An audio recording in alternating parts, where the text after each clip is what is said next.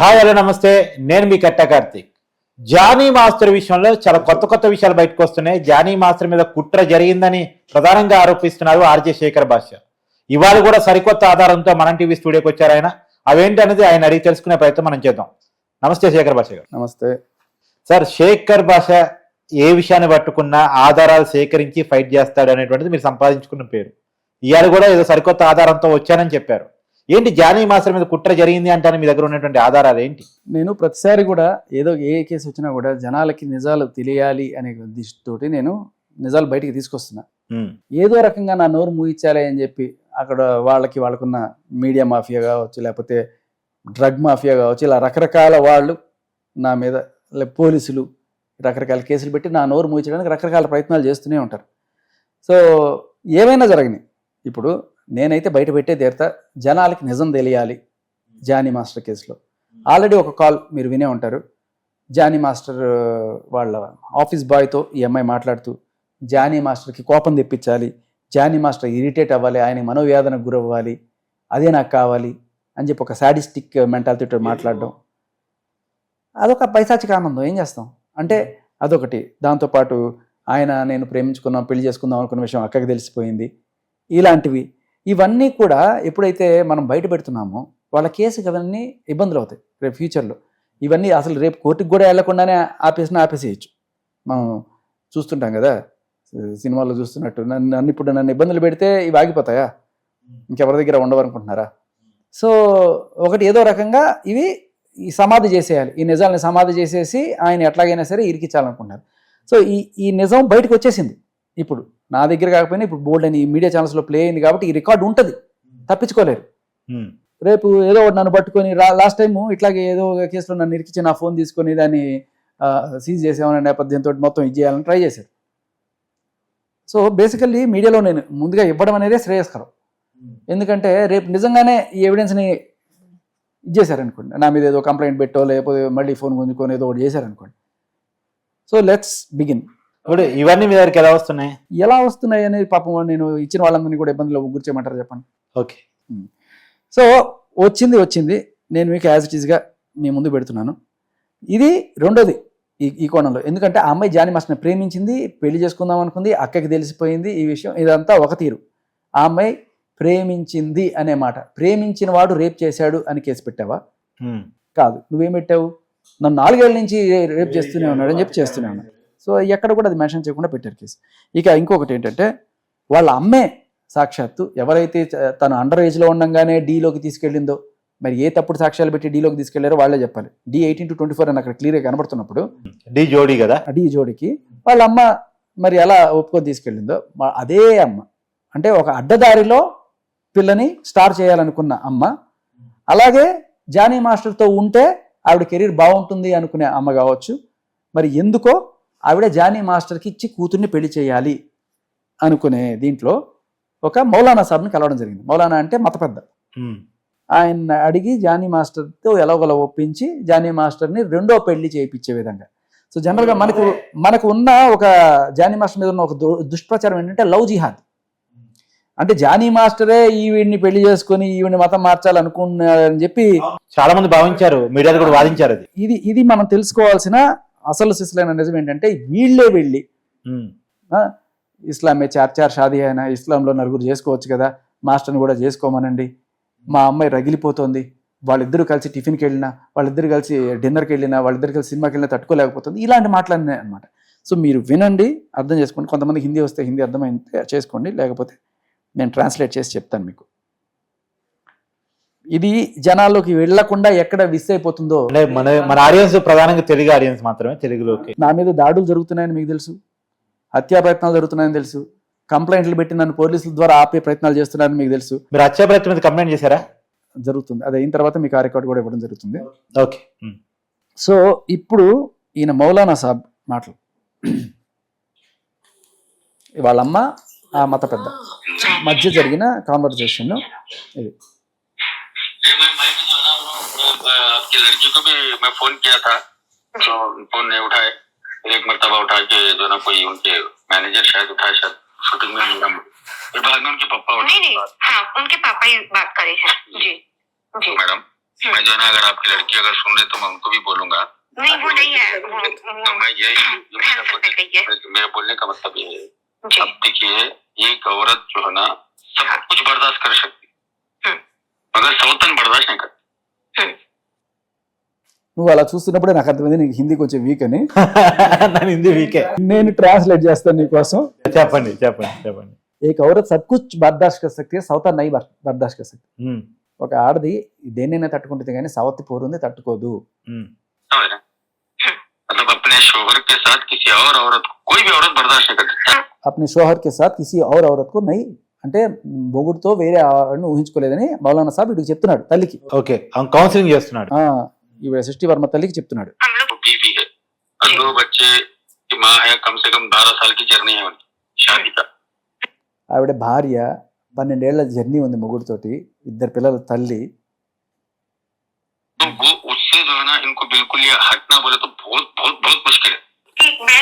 ఆవిడ నుంచి ఈయన లాగాలి బయటికి అంటే చాలా చాలా చాలా కష్టం అంటున్నాడు.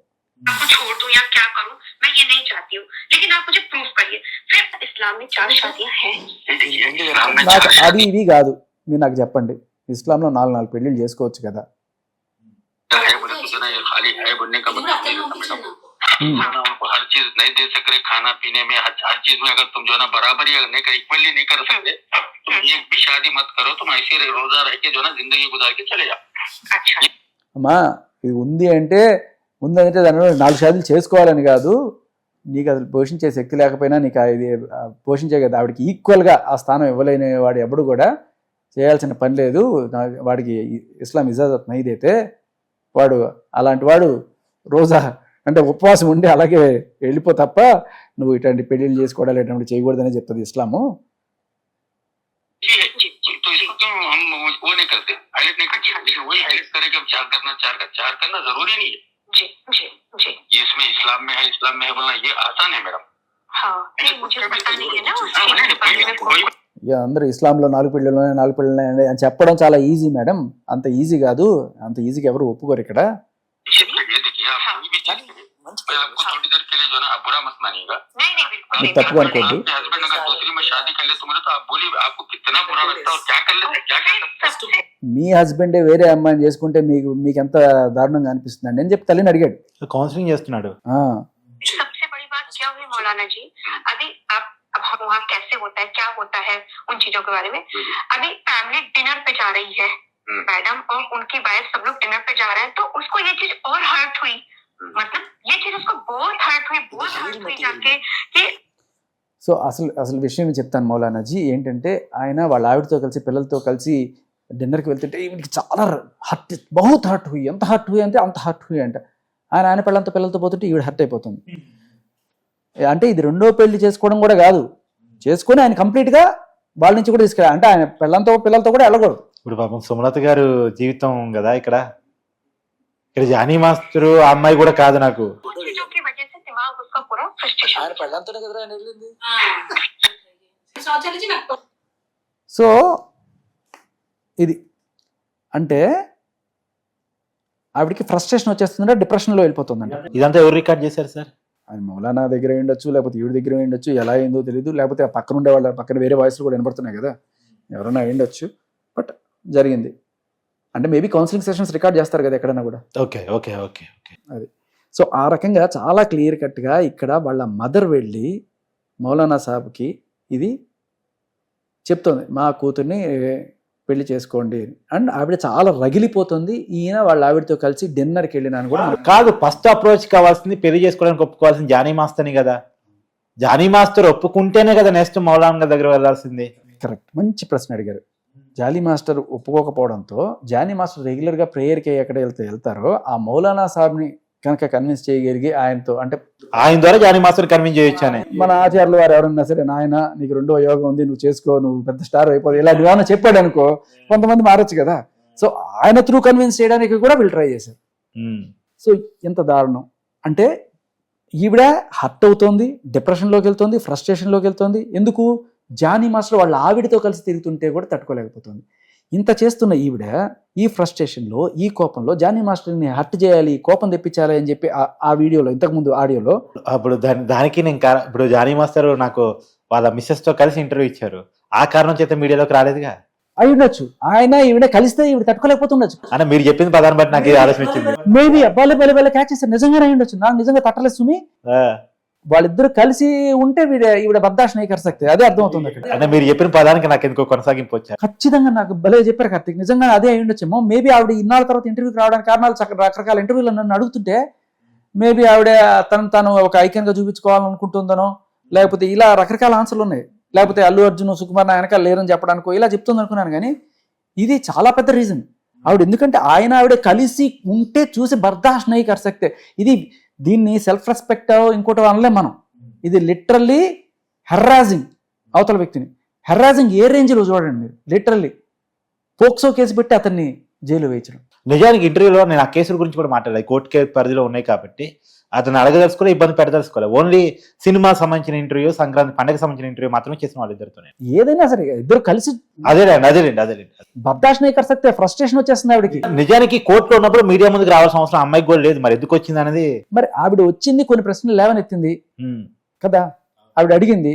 ఈవిడ విలేకరు అడిగినప్పుడు మీరు నన్ను ఎందుకు అడుగుతారు, వాళ్ళని అడగండి, వీళ్ళని అడగండి అని, వాళ్ళు ఆవిడని అడగండి, లేకపోతే హేమ కమిటీని అడగండి, ఇలా రకరకాల సమాధానాలు చెప్పింది.